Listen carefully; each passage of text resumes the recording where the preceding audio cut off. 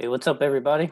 This is Chef again, and today we're gonna just talk about a couple things here with the market, with the futures, and things like that. Trying to give you guys a little more perspective into this new week. Okay, there's a lot of stuff going on, so I want to do the best I can to break down a futures and some ETFs for you guys, and to just give you a general idea as to where things are going. Okay, so I think I am going to make two videos. So this one is going to be the futures, and this next one that I'm going to do, we're going to talk about some of the tickers that are going to be on the watch list because there's just so much out there this week alone. And reminder that we do have a regular week.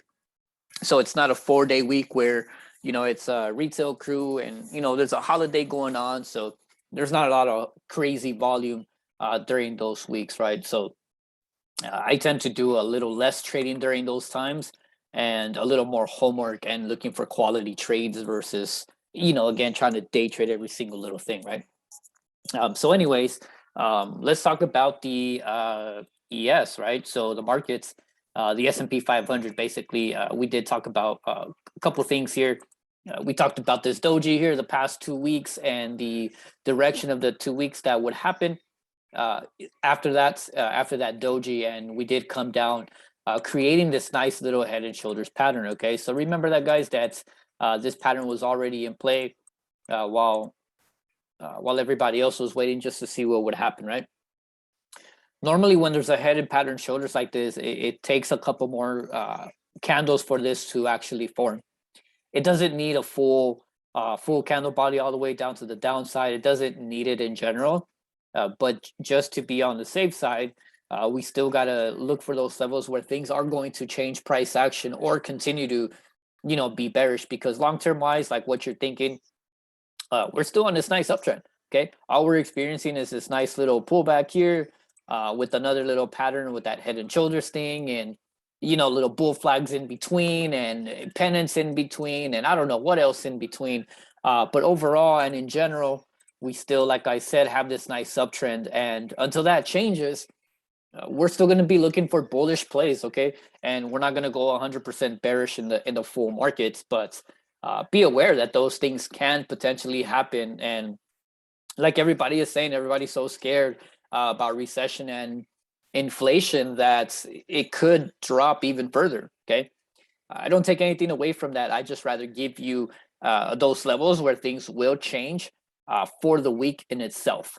Okay, where something can be identified, where the trend changes. That is the most important thing about a trader, is that when you can identify a change of trend at a specific level or a specific zone, a specific area, based on pattern, based on supply and demand, based on your indicators, whatever it is that you're using out there, it all comes down to a wire of understanding where something changes, where something goes bearish, and where something goes bullish, right? That's kind of like our goal. Despite everything that's going on in the world, with the fear and oil prices shooting skyrocket, and the war with Ukraine and Russia, and whatever else is going on, China lockdown. Either way, our goal and our job as traders, day traders, swing traders, investors, is still to identify that one specific level that is going to change direction for the day, for the week, for the month, for the year, intraday, within the next 5 minutes, the next 10 minutes, 3 minutes, 15 minutes, 20 minutes, whatever it is our job to identify that specific level. Okay.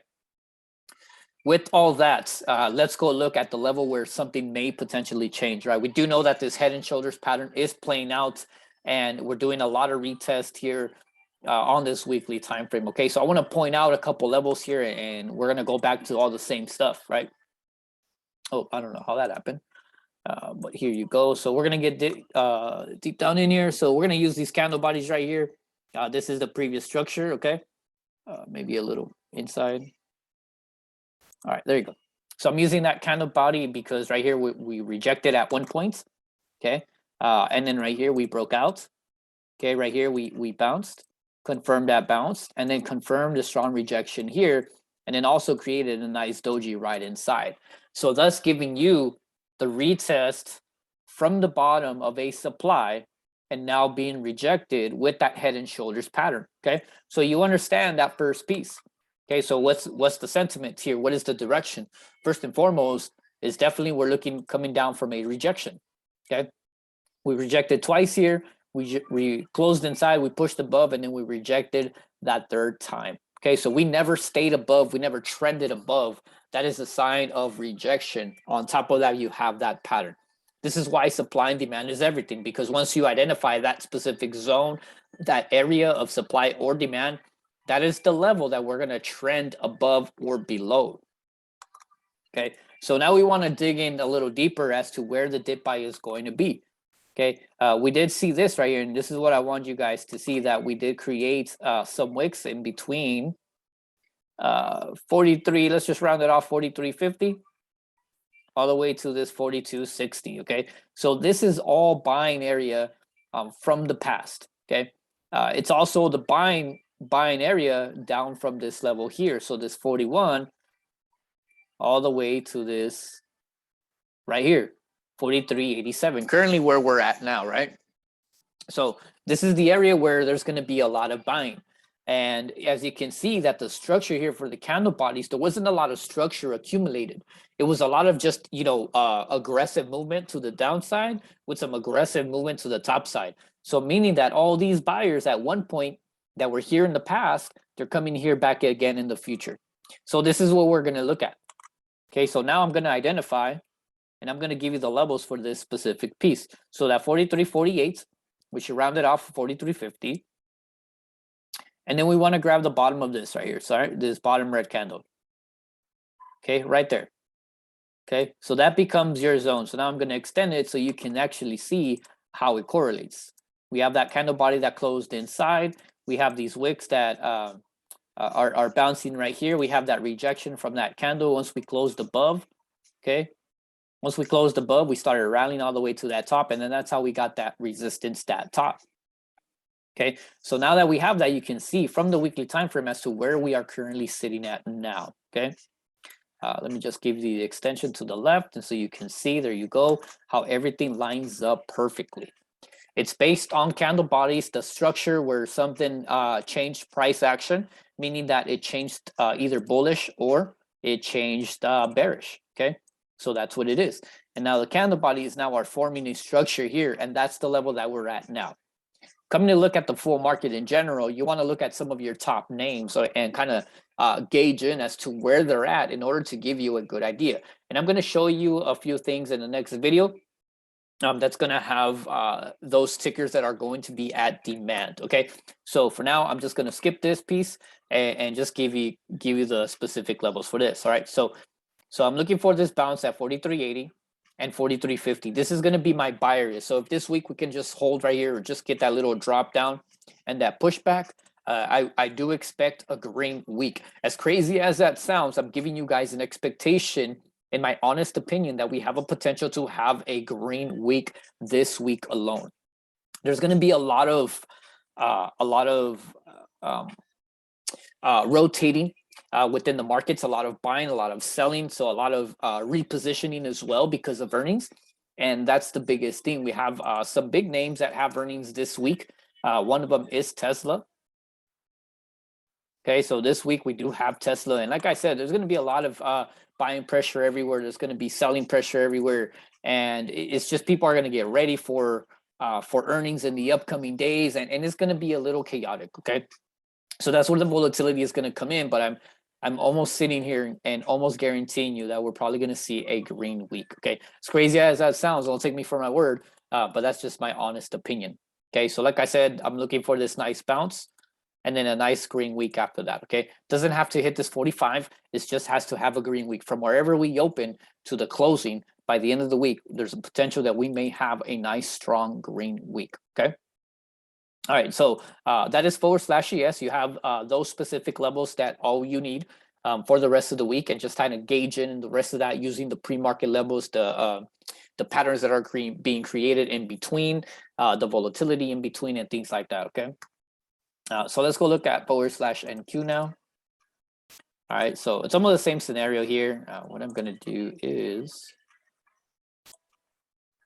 gotta take off some of this stuff here and just give you some levels for /NQ.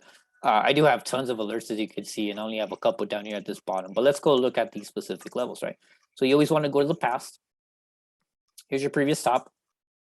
Okay, so here's your previous base right here. Okay, so right here. So this is the level that we are retesting. It's very clear how it shows over here to the right as well. A nice wick. When it came down here, I actually bought this dip down here and then ended up selling way down here. That was a nice 125% for me. I remember that dip buy. So now we're currently in the same spot again. And this piece, again, for /EQ, you can see this is very clear as to where we got rejected, okay? So that supply right there, this was before that breakout. And then this dip buy down here got rejected as well, right here. From this recent breakout, this dip buy, rejection here, rejection here. Now we're back at that zone where we are potentially going to see a bounce, okay? Like I said, there's a lot of tickers in the market right now that are beat down tremendously in the past week or so, week 2, 3 weeks, that there was not a lot of follow through to the top side with a lot of tickers. And like I said, there's potential for all of these to have a green day or just in general, a nice green week because of everything that's revolving, everything that's changing and consistently evolving throughout the week. Okay. So that's kind of like what it is. All right. So for the session Q, I expect a nice bounce at this 138. Okay. 138.06 if you want to be exact, but looking for the 138 just in general, looking for that 14, looking for this 145 and 143. 143.26 around here. So basically that right there. Okay. Not perfect line, but that's kind of like still can't make it perfectly. But either way, that's kind of what I'm betting on this week. I'm literally betting on a nice green week in general. Like I said, it might sound crazy to some of you guys, but that's kind of like where that sentiment is. The cool thing about it is that whenever there's tons of bad news in the market and they're pumping some bad news and bad fear in the market, to create some volatility and it gives you a nice dip by opportunity where all that news gets priced in. And then the following week, a lot of buyers step in, creating a nice green candle in the markets. So that's kind of like what I'm expecting in general. Just because I'm expecting it doesn't mean it has to happen. But be aware that this market can do whatever it wants and it'll do it with or without us, whether we're here or not. Okay, so for this other one, we have RTY, guys. This one I've talked about before and just very, very simple here, giving you the supply. The old demand became supply here, confirmed it, and then we do have this bottom right here for RTY. And just the characteristics of this, we've talked about this in the past where we kind of range traded for like a whole year. Okay, like as crazy as that is, a whole year, guys. Like, think about that for a second. If you had the opportunity to understand a ticker and the characteristics of something, and you knew that this thing was going to be a range type of ticker, don't you think that it can create the same characteristics in the future? Because anything that was in the past will be done in the future. So we had range here, range here, small one, range here, broke out. And then this one, nice staircase pattern. And even with that staircase pattern after this COVID drop, this was the nice COVID, we still created a base up here. So the characteristics for RTY remain the same. If you compare it to /ES, this thing is just trending up after like every huge red trend, volatile trend or whatever you guys want to call it, it's still uptrending no matter what. So even though we're going through a phase here, the characteristics for /ES, the market, the S&P 500, it's all uptrending very nice compared to something like RTY. And the characteristics here is after this nice trend, after a nice little trend, we like to base out. So like I said, imagine knowing that you now have the capability of understanding something that trades in this range. So if you know it's something that's trading in the range, how come you're not selling on the top and buying on the bottom? Let me ask you again. If you know that something is range trading, how come you're not selling at the top, getting in your puts, and buying at the bottom, buying calls? Okay, you can legit up and down, up and down, up and down. And I'll leave that up to you to answer that question. So either way, I'm showing you guys the levels and using the candle bodies right here at this 1960 and the current price where we're at, which is this, what is this right here? About 1985, in that, even just a 2K number, anything above or below this specific green candle right here, it's going to be push above or break below, one of it. And then if it comes down here, guys, I am legit going to buy it. Okay. So if I get the level down, alert down here at these 2 wicks right here, using these 2 wicks, I'm going to buy the dip down here. Okay. Whether you guys buy this or not, totally on you, but I'm telling you now ahead of time exactly what I'm going to do when that moment comes. Okay. I don't know when it's going to come. It might come in midday. It might come in power hour. It might come in right at the market open after a huge drop. It might come in intraday if we get this volatile drop with this crazy news that happens. Whatever it is, no matter how we get there, I am going to buy the dip if we hit these 2 wicks, this one or that one. To be exact, letting you guys know now, that 1884 and that 1913, okay, 1912. Those are those 2 levels where I am going to buy RQY. Okay. So now I'm going to show you guys the Dow. I want to, like I said, in the weekly watch this video, I'm going to give you guys a nice breakdown on some of those tickers, and you're going to see why. All right. So Disney, BA are 2 of the tickers that are under the Dow, and they showed a lot of strength. Also, CAT, they're under the Dow, so they showed a lot of strength in the past couple of days, and I want to show you the value of those. But either way, the Dow is still trading up here, and it hasn't really broken down. So anything that's under the Dow, I think will have a nice green day. Look at this nice little pattern right here. Okay, a nice little bull flag on top of currently inside trading a nice zone. Okay, so on the bigger time frame, here you go. Here you go. So this whole area, nice little bull flag inside, and you got the bottom down here. And once you have a nice green day, I think BA, CATS, Disney, and a few other tickers that are under the Dow. There's a couple more out there, guys. So I'm just pointing the obvious, and you'll see why in the weekly watch list. So these have a lot of strength. So continue to monitor the Dow. I think this one will have a nice green week as well. Just in general, like I'm giving you guys my opinion in the markets, despite of everything that's going on, right? So if I can bet on it, I would bet 25 push-ups by the end of the week that we're going to be green. Okay, as crazy as that sounds. I could be wrong. If I'm wrong, then I guess I win. Either way, I win, right? I get to do 25 if I lose, and if I win, at least I took some bullish plays, right? So either way, I'm going to be green, no matter what. Who knows? May get stopped out. All right, but that's the Dow. All right, just giving you guys a little more strength and a little more insight as to what is going on with the Dow in itself. All right, so bull flag. Okay, not perfect, but bull flag. All right, so let's talk about gold. Last time we came to visit gold, and I showed you guys that there was a weekly resistance here and showing you that the fear had died in the markets. Okay, naturally, when something hits for the first time, a zone, it always bounces or rejects, whichever one comes first. If it's a demand, it bounces. If it's a supply, it rejects. Okay, but after having this huge run, like it's almost natural for this to actually reject and not hold. Okay, the only way that gold would have held is if the fear was still high and the gold would continue to be a safe asset for investors out there.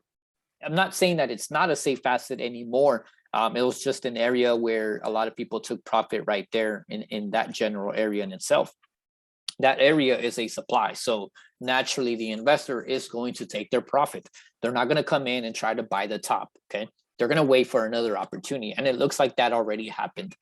Within the past few weeks, we've been kind of building a new base here, which looks like a confirmation that it will continue to the top side. It's almost like a nice staircase pattern to the top. Gold is a very slow mover, guys, but be aware that when this goes green and this continues to go green, there's potential that this market will be like it was in the past, where it was a safe asset and gold would be green and the market would be red. So make sure that you guys continue to follow gold, because there was a lot of opportunity last week to get in a lot of gold tickers.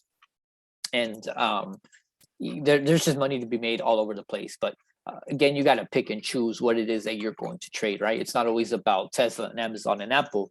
There's tons more out there that this market moves based on the economy shift change and the way that everything evolves and revolves around, these tickers, and everything moves. So it's our job to capture these trend changes, right? So if gold can just hold anywhere in between above this candle, it's probably going to stay green, or if it can just stay here, most likely we'll have a nice range day, inside day, or continue to test this 2K, right? So I'm going to set my alert there now, just so I'm aware if the market takes a dip.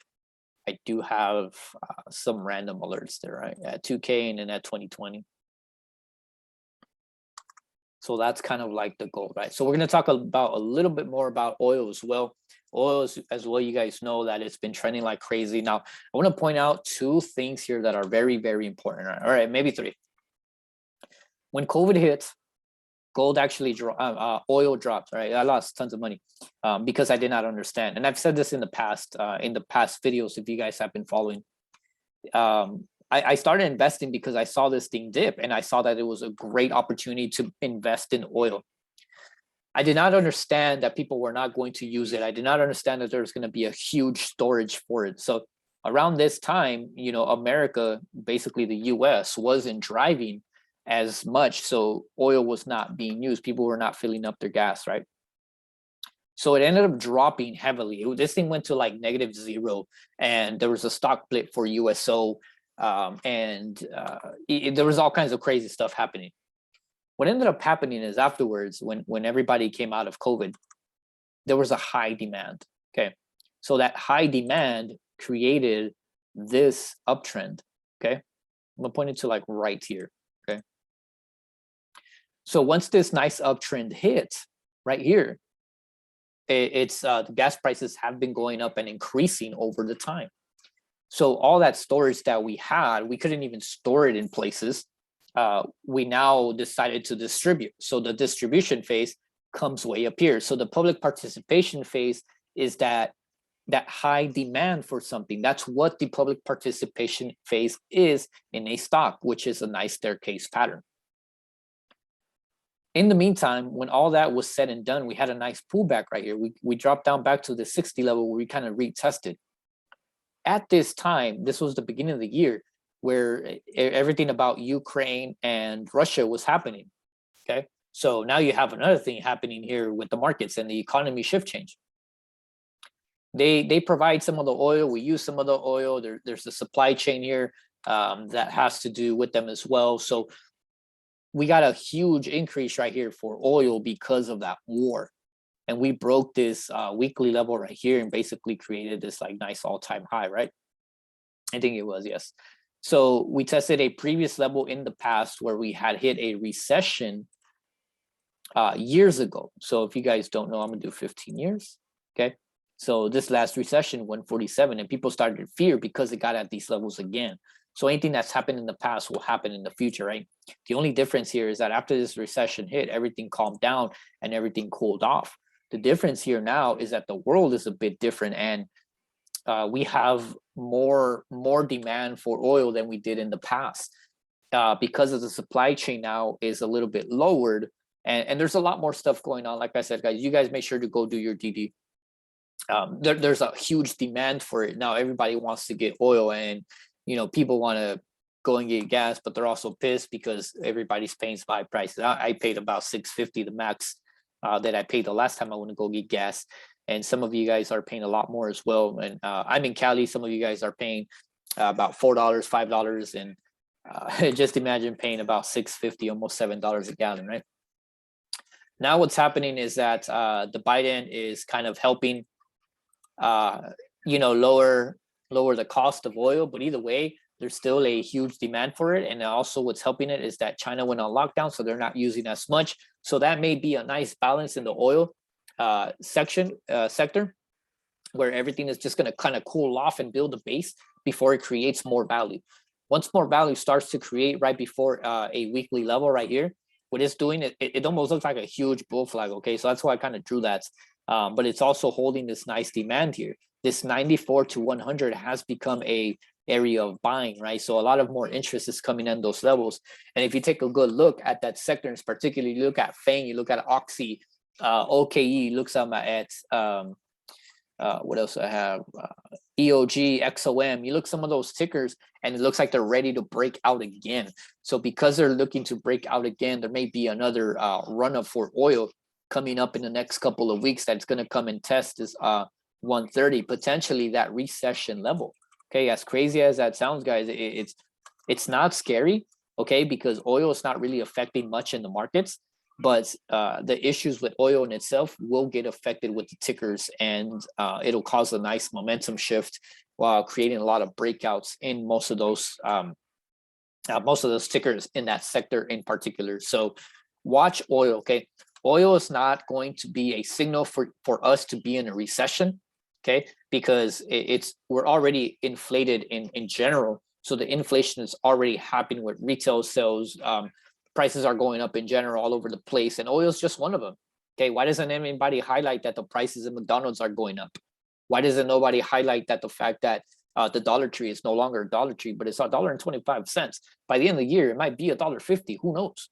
Okay, so there's a lot of things that are happening. It's just up to you to capture that move and to understand what's happening. Like I said, don't quote me on anything I said about oil or any of its resources or tools that I just gave you, but make sure you go and do your DD, okay?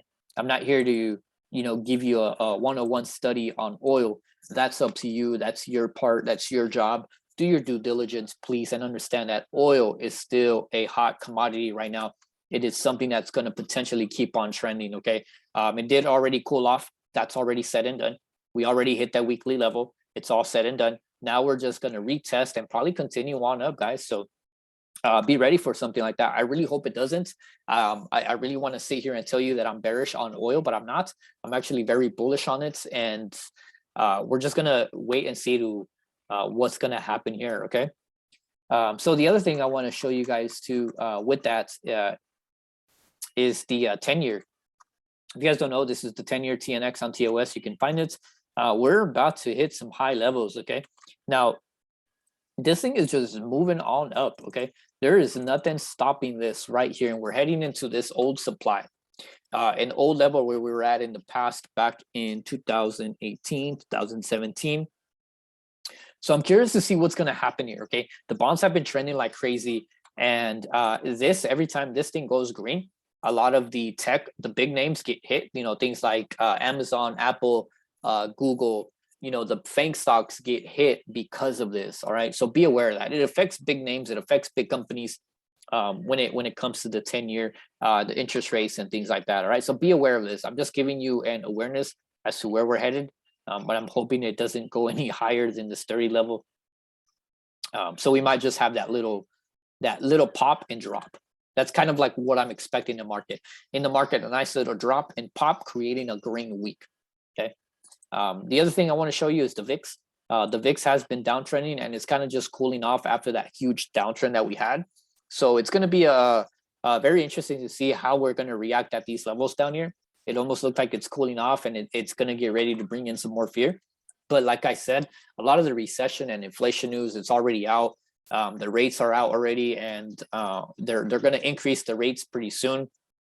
So it's like nothing new. Now it's just to watch the fear index and how it's going to affect the markets and investors in general as to where things are going to be going in the next couple of weeks. Okay, no specific level here. You can't chart the VIX, guys. Fear cannot be charted. I'm letting you know now. I have random alerts at random spots. That's all I have. Nothing in particular. But again, I'm gonna tell you again. I'm gonna say it again.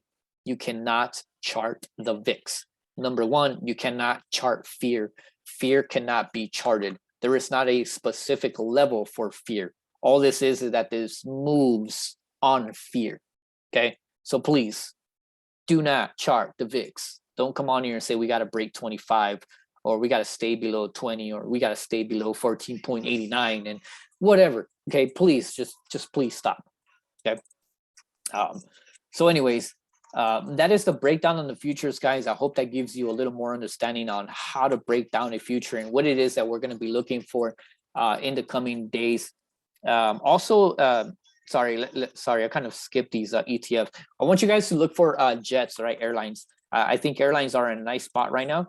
We're right here, almost right below this resistance is 22. If jets can get above 22, airlines are hot commodity right now as well. People are back to traveling. The numbers are still moving. The revenues are real good. The earnings are real good. Everything is looking good and back to normal because we have no more COVID, guys. So please keep eyes on anything in the airline sector. Okay, these are going to move pretty nice. These are going to be the next recovery sector that's going to come in, and please don't miss it. Over 22 all the way to 24 and to this top right here of like 25. Okay, it's going to take some time, but definitely worth watching. Okay, another thing I want to point out is the XLF. XLF just had earnings, and we still have a couple more for financials. Okay, so the base is actually still holding up here. So I'm curious to see if this level right here specifically is going to hold. Okay, so based on this right here and right here, this is the level that I want to see hold is 36.50, and the current price right now at 36.89. I want to see XLF hold, and I don't want financials to drop any further. If it does drop a little further, it's going to be some very, very bad news, and I don't think I'm going to look for the dip buy on XLF anytime soon, unless we get to this wick right here. If we get to this wick, then I'll potentially buy it and look for dip buys, but otherwise this needs to hold in order for XLF and anything under it to be bullish. Okay, XLE, like I said earlier, the this is the retail. Yeah, the retail. Right, yeah, retail. Yeah, retail and energy. XLI is the other one. XLI, what I think is retail. One of these is the retail. Sorry, I'm kind of having a moment here. But either way, look out for these two sectors in general. Like I said earlier, it's going to be the retail and the energy. So XLI and XLE. I'm literally confused right now at this moment, but it's okay, no big deal. So look for those two. TAN, same thing. I think TAN is solar. So look for a nice pullback on this, and we're gonna get back to this probably next week and kind of just talk about the way that solar is moving. Okay. The other one I want to point out is ARC. ARC is right now it's having a lot of bad news. It's having that it's the worst performing sector in the markets, and it's saying all these bad things. What I like about that bad news is that it's going to bring a lot of attention. When a stock gets a lot of attention, a lot more people tend to come and buy versus trying to come and sell. That is the difference here. Sometimes the characteristics of a stock react the opposite. A lot of retail crew, because they see a lot of bad news, they think everything's got to drop or everything's got to keep on trending down. But what that bad news is used for on occasion is it's an opportunity for investors to get a good dip buy, because they know retail is going to come and try to load up on short positions. Once you load up on short positions, what it creates is a domino effect of stopping you out and giving the investor a great dip buy opportunity to buy the bottom and to stop you out. So what you're doing is you're naturally selling your position because you got stopped out. On top of that, you're rebuying because you know it's showing some potential. On top of that, the investors are coming in and buying the bottoms, and the market makers are coming in and faking you out and taking your money because all the bad catalysts thinking that it has to go down because it's bad news. Not everything has to go down, guys.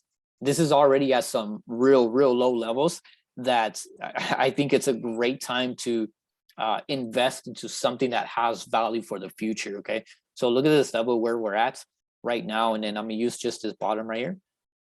This is a previous high that it had. This was a retest, and we're currently right now retesting that same level.